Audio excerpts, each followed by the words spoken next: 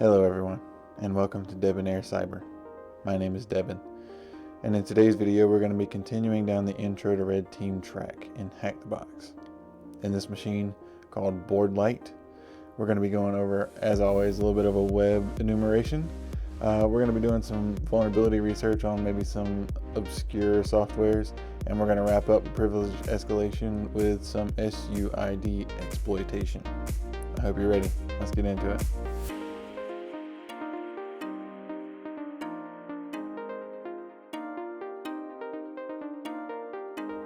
Alright, and with all that, I think we're ready to get started. We've got our machine pulled up here, BoardLight. Got our IP address. We can click to copy that, and we'll bring it over here into our virtual machine. First thing I want to do, though, is make sure that we have connectivity to the environment. So I'm going to cd into my Hackbox and VPN directories. I'm going to sudo open VPN and look for my open VPN file. You can download yours from Hack the Box for your own VPN access. Enter that sudo password, and you can see that we have our own internal IP up in the top right. That means we're good to go. So we'll open a new tab here, and back out of this we want to make our folder structure for this box in particular. So we're going to make dir. I use the P flag to set multiple directories at the same time. And this machine's name is BoardLight, and we're going to set up an nmap folder. And we're going to move into both of those. And we'll kick off a quick nmap scan. Nmap, we want to do all ports. Use a T4 to make it a little bit faster. I'm going to use no ping and paste in our IP. And we're going to let this run. Okay, so we get the scan results back pretty quickly. We see here we have an SSH port and an HTTP port. Before we get started on the web enumeration aspect of this, I do want to have a scan going in the background. So we'll set up another scan of these two ports, 22 and 80. And we want some base scripts, service detection, if I can type today. And we want to output that to all file types. We're going to call those BoardLight, and once again paste in that IP. Oh, real quick before, I'm going to add sudo to that command, and we'll enter that sudo password, and there we go. Alright, so now we can take that IP, and while that nmap scan is running, get some initial enumeration done on this IP address. So we see we have here, welcome to BoardLight, cybersecurity consulting firm. How about that? So we can poke around in here a little bit. Alright, right off the bat, we see this info at board.htb. This is a very big hint here that we have the fully qualified domain name, or FQDN. This means that we can take this and put it into our Etsy hosts file. So let's bring that over to the terminal. We can see here that our nmap scan is complete. We'll look over that in just a second, but I want to echo the IP address and board.htb, and then we'll pipe that into sudo t-a to append, don't forget that part, Etsy hosts. And if we need a sanity check on that, we can just tail Etsy hosts, and we can see here that our IP has been pasted in successfully. Alright, so if we look at this nmap scan, we can see here that we're running on an Apache server 2441 for the version number, OpenSSH 8.2. We could look into maybe some vulnerabilities on these platforms if we don't find anything else in our manual enumeration. Alright, so now let's go back here and we can browse to this with the FQDN, board.htb. And you can see we'll bring up the same site here. So from here, what we want to do is actually go through and do some more real manual enumeration on the rest of these pages and see if we can find anything else. So we've poked around for a few minutes here. We have this request a callback for the contact us page We can have this full number, full name, phone number, email address, these types of fields.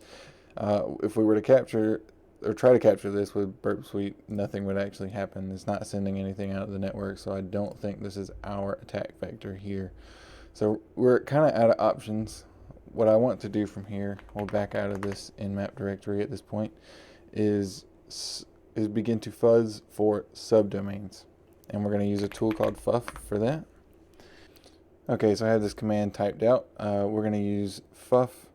We're going to specify a word list with the W flag. We're going to use a list from seclists called subdomains top 1 million. And this is the middle of the road list. There's a smaller one, and then there's one bigger than this one.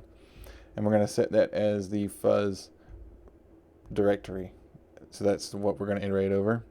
We're setting our URL with the U flag as the board.htb, the fully qualified domain name, and we're setting a header with the host parameter, and we're injecting that fuzz as the subdomain for board.htb. So we're going to hit enter, and we can see we get a ton of requests right off the bat here. We can see though that we have a lot of similar traits among these requests. So they're all status 200s. They're all the same size, they're all the same word count, they're all the same lines, meaning that we can filter these out because we know that these are false positives.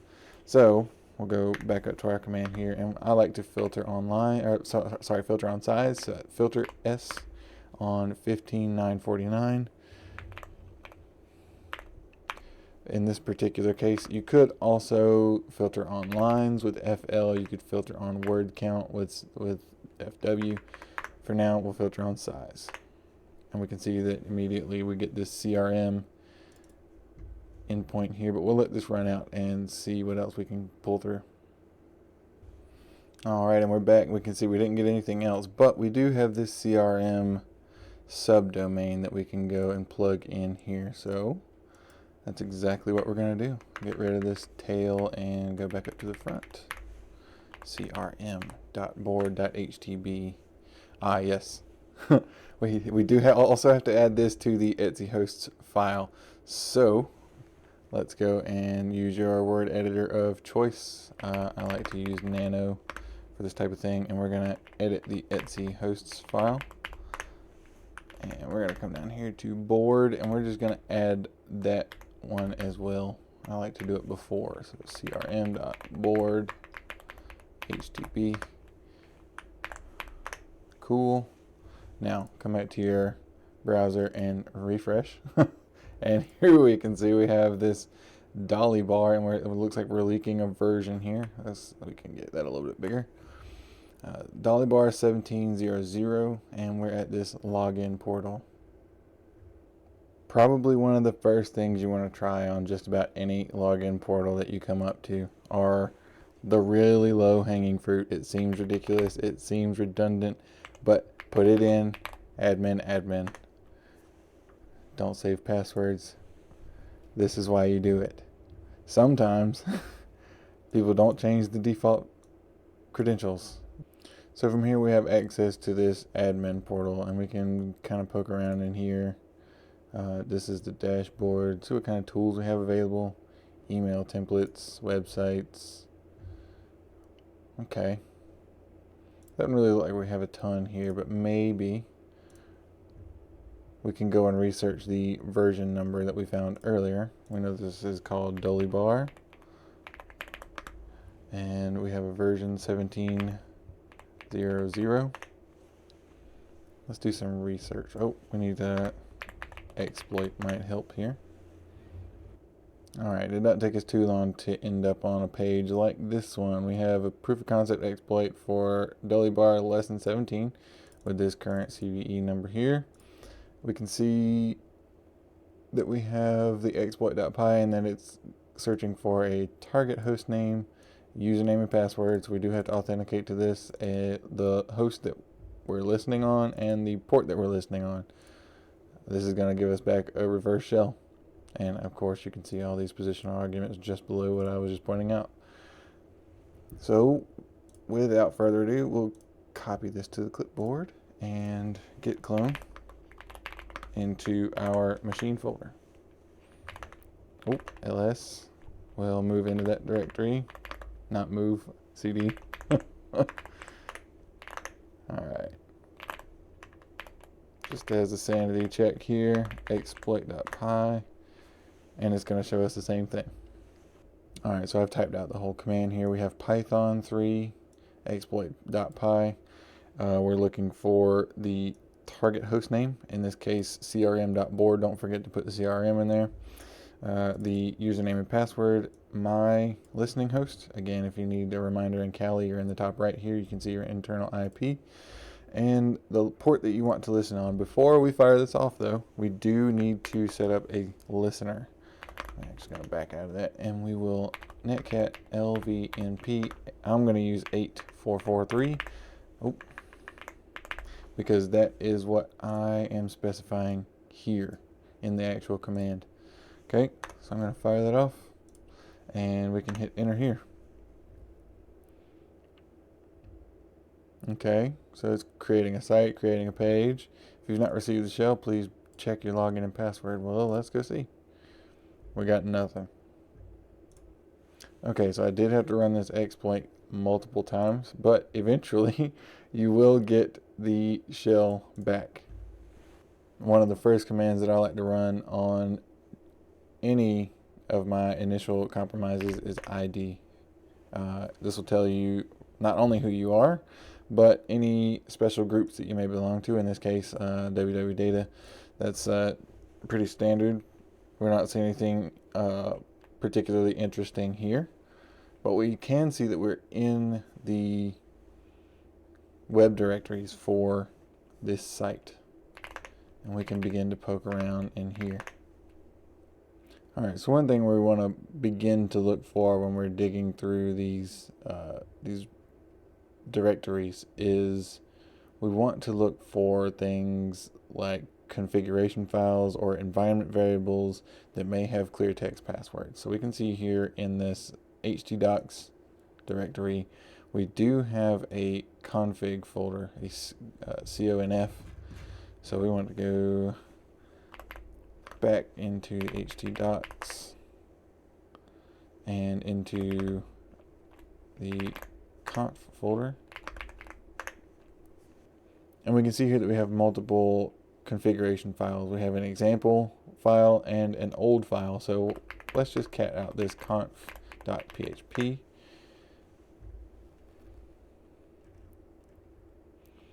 Luckily this one isn't too big here, and we can see the database name, dullybar, database user, dullybar owner, and database password server fun 2023 with 2 exclamation points. Very excited about that one. So let's copy that and we'll put it into a file. That's tiny. And we do have this database user here as well. Paste that in there. So before we go digging around in the MySQL database and all this kind of stuff, let's go for some low-hanging fruit here. I want to cat out the Etsy password file here and see if there are any users on the system. We can see here, based on the bin bash shell, that Larissa is a user, and also the UID here 1000 tells us that this is a user account. So maybe we can check through the SSH for a for password reuse. It's always a good thing to check. Again, just low-hanging fruit before we go digging around in the MySQL database. At your machine IP,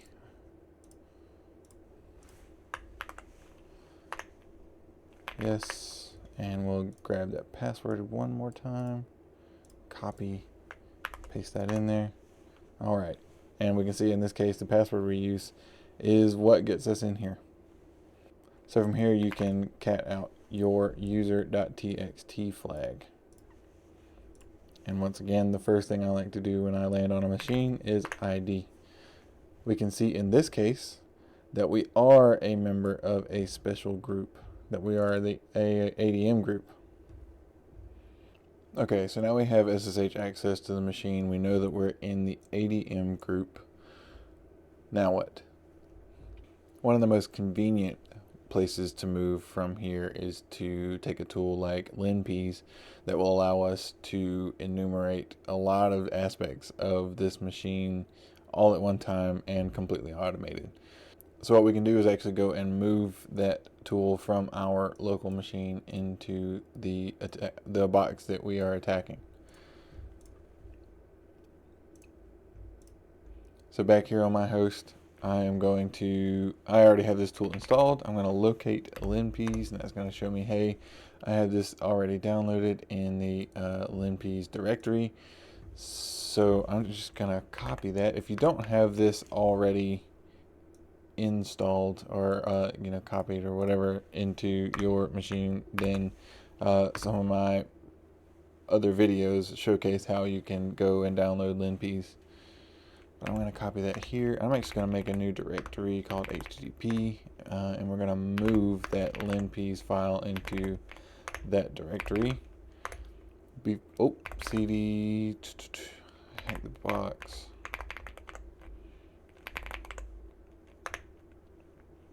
So now that I'm in this HTTP directory, you can see I've got the linpeas here, and I'm going to make a Python server, http.server, and that will default to port 8000. From here, we can go back onto the other machine, and we can wget our IP 10, in my case 10.10.14.6. Yours will likely be different, and we have to specify the port if you use the default of 8000. And we are looking for the file name linpeas.sh. We can see that download, and we have it accessible here now. Before we can execute that, we do need to add the execution permissions with the changemod command. Linpeas, and then we can /linpeas.sh, and this will kick off, and we'll let this run. Alright, so we've let linpeas run for a bit, and we can see all kinds of information, some very useful, some maybe not so useful. Some things we've confirmed higher up, like the existence of a MySQL server listening on the box, listening locally on the box, those types of things. Here we are, though, on the files with interesting permissions section here. And I've kind of spoiled this a little bit with the intro of the video, but SUID privesc. We can see here in this section that we have a software installed called Enlightenment. And this is the linpeas is actually telling us, hey, if this is before a specific version, it may be vulnerable to this CVE 37706. So, and then again telling us, hey, you have an unknown SUID binary. So what we can do from here is, for one, make sure that this is actually installed, that we have access to it. We should, because it's in user lib. But make sure we have access to it, and confirm the version number is before 0254. So what we can do here is actually just copy all this and put it into our little notes file up here. That way we have access to it, and then we can just hit enter. We can get our command prompt back and just hit Enlightenment. Okay, this is a good sign. So we're seeing this begin startup go through. Maybe we hit a H. Be psychotic. Interesting. But we also see that we have this version parameter here, so we can enter version. And we do see that the version is 0231, meaning that this should be vulnerable to CVE 2022-37706. So again, we can take this, copy, and we're going to do a little bit of research to see if we might be able to find an exploit here. Okay, so it doesn't take us very long to end up at this LPE exploit by Azuzi. They have a great write-up on exactly how they came into this, how they did all the research for this, that kind of thing. So definitely, if you're interested, go take a look at that.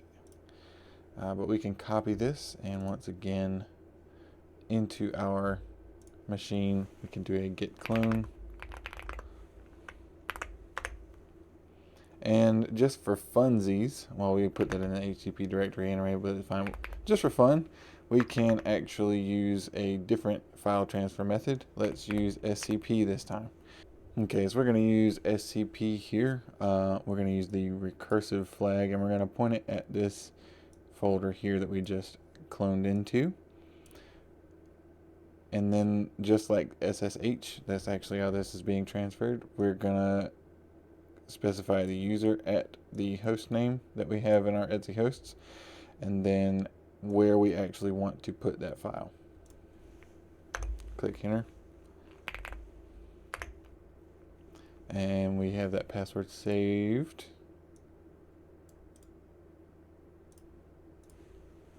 Paste that in. And you can see it'll move all those files over for us. Alright, so we can see that's done. We'll move back over to BoardLight, ls, and we can see this PE folder that we specified. So cd into that. And then we should just be able to run this exploit. And we'll hit ID, and we can see that we are root. cd into root, and get your root.txt. So I think that's going to wrap up today's video. I really do enjoy this machine for the aspect of just showcasing some basic enumeration, going out onto Google, researching these vulnerabilities, and finding proof of concept code to exploit all the way up to root privileges. And once again, we in this video went over web enumeration. We got through some kind of obscure software with the dolly bar stuff, finding version numbers and finding proof of concept exploits out there for some of those free open source tools, that kind of thing. And then finally doing some Linux enumeration to find the SUID bit set on another kind of obscure software. If you're enjoying the content here, please don't forget to like and subscribe. And we'll see you in the next video.